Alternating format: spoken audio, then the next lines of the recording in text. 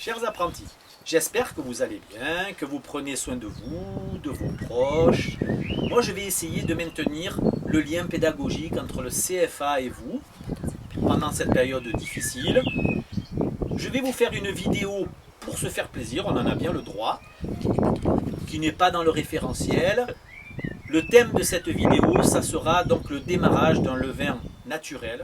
Alors, le levain naturel, c'est ce qui était utilisé avant que soit industrialisée la levure fraîche, celle que l'on trouve aujourd'hui dans le commerce, celle qu'on utilise dans les boulangeries ou que l'on peut acheter pour soi-même. C'était donc déjà utilisé au temps de l'Égypte antique, c'est-à-dire 3000 ans avant Jésus-Christ.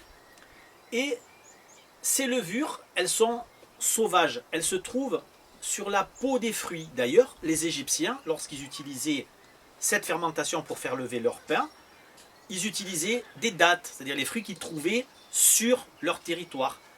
Nous, sur le continent européen, surtout en France, on utilise le raisin. Le raisin, le fruit français par excellence, c'est la méthode que j'ai choisi de vous montrer, c'est la méthode qu'employait mon grand-père, mon père. Alors, pourquoi le fruit Pourquoi le fruit? En fait, ce n'est pas tellement le fruit qui nous intéresse, c'est le fructose qu'il contient et surtout les levures sauvages qui se trouvent sur sa peau, celles qui poussent à l'air libre dans la nature pendant plusieurs mois. C'est la levure sauvage qui se trouve sur cette périphérie. C'est elle qui va transformer le sucre qu'elle contient en alcool et en gaz carbonique. Et petite dédicace à Louis Pasteur qui a non pas inventé mais qui a isolé ce grand principe qui s'appelle la fermentation. Alors, la formule vraiment simplifiée de la fermentation, c'est celle-là. Ça démarre toujours des sucres qui sont contenus dans ces fruits. Il y a bien entendu, comme je vous disais tout à l'heure, des levures sauvages qui sont présentes sur la peau eux-mêmes des fruits. Ils sont dans l'air et ils sont toujours en général sur la peau des fruits, sur la peau du raisin, sur la peau des dattes, les pommes, etc. etc. Et puis, donc, ces levures sauvages, elles vont les transformer tout simplement en deux produits.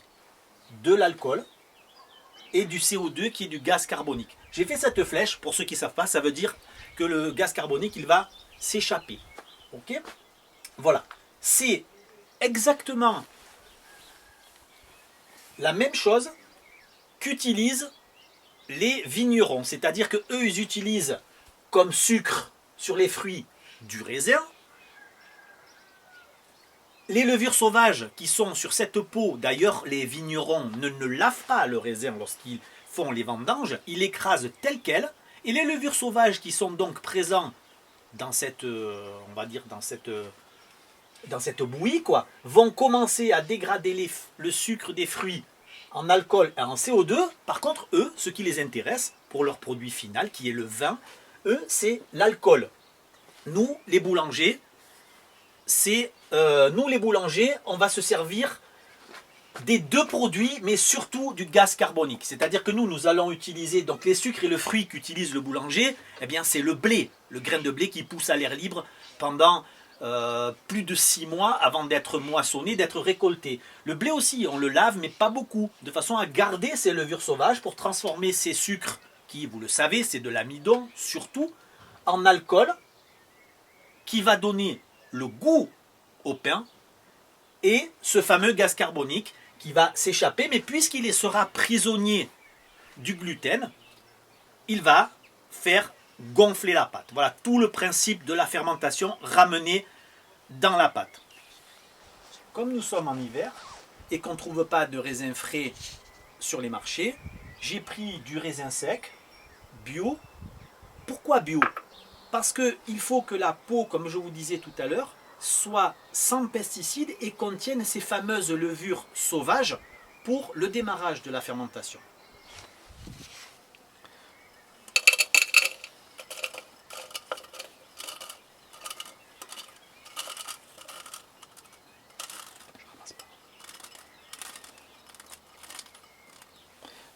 Voilà, et je vais les recouvrir très largement d'une eau de source tiède.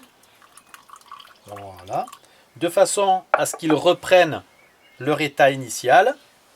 Et je vais donc laisser macérer et donc fermenter ça à une température d'environ 20-24 degrés, comme je peux trouver à l'intérieur de chez moi ou dans vos laboratoires. Voilà. Et on se retrouve à la vidéo suivante.